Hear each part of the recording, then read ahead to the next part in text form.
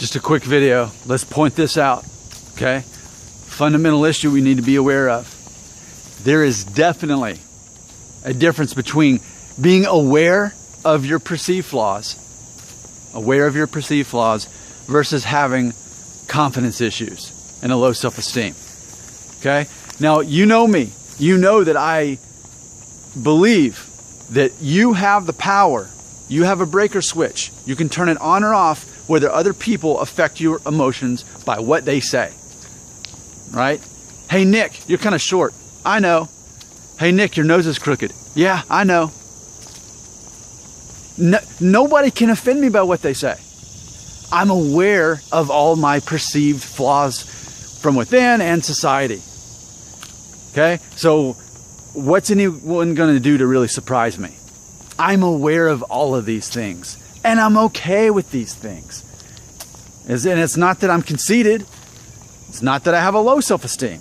I think the healthy balance when it comes to confidence is knowing the things about you that either you perceive or society perceives less than the standard Hollywood perfect model. When you become aware of those things, you embrace those things. You make those part of your identity. But if you're at odds with your hair starting to thin or starting to recede, you're in this state of denial with your identity because you're in essence saying, that's not who I am. I'm not the guy who's 23 and got a receding hairline. That's not who I am. So you live your life in a state of denial. You can't truly be you. You're having this subconscious identity crisis because you refuse to accept that flaw in yourself. And if you can't accept yourself as you are, other people can't either. And then on goes the guy with less hair than you, who's already accepted his fate as the bald young guy, and he gets what you aren't able to get because, again, you're in that identity crisis. I think this is such a simple concept, but it's a matter of embracing that part of our identity. So again, think about this. There's definitely a difference between being aware of your perceived flaws and having a low self-esteem because of it. Okay, so let me illustrate this one more time, and this is the end of the video. Okay, so let's say we've got the guy who is losing his hair, and he is young. He's 21. And he goes around saying, yep, I'm losing my hair, saying, oh well, that's just who I am. He embraced that as his identity, but he doesn't have a low self-esteem. He recognizes it. If somebody says, hey, man, you're shaving your head, you're so young. He's like, yeah, it's cool to be bald these days anyway, right?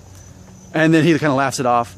And then maybe if the person was kind of a jerk, they'd say, oh, so you just lost all your hair really young, huh? And then just casually, yep, that's me. Oh, well, saves me money on haircuts. And then he laughs it off and he changes the subject from there because it's not important, okay? He doesn't have a low self-esteem. He's embraced that as part of his identity. Compare that to the guy who is the same age and balding, and he has a low self-esteem of it and he can't get past it. Why? What's the fundamental issue? He has not accepted it as part of his identity. So in this short video, short for my videos at least, what I want to remind you of is you have to accept balding as part of your identity. If you don't, you will never move forward. You will always be chasing other things, trying to get this settled so that your identity is in place. Something that makes me such a confident person is that I am very in touch with my identity and who I am. I'm 5'9". I'm not that tall. I've got a receding hairline. It's amazing I've still got this much hair. My nose is crooked. These are all part of my identity. It's character. It's not about being perfect. It's about realizing that none of us are. And once we accept our flaws, we become a more confident person. So, be aware of your imperfections, embrace them, make them part of your identity.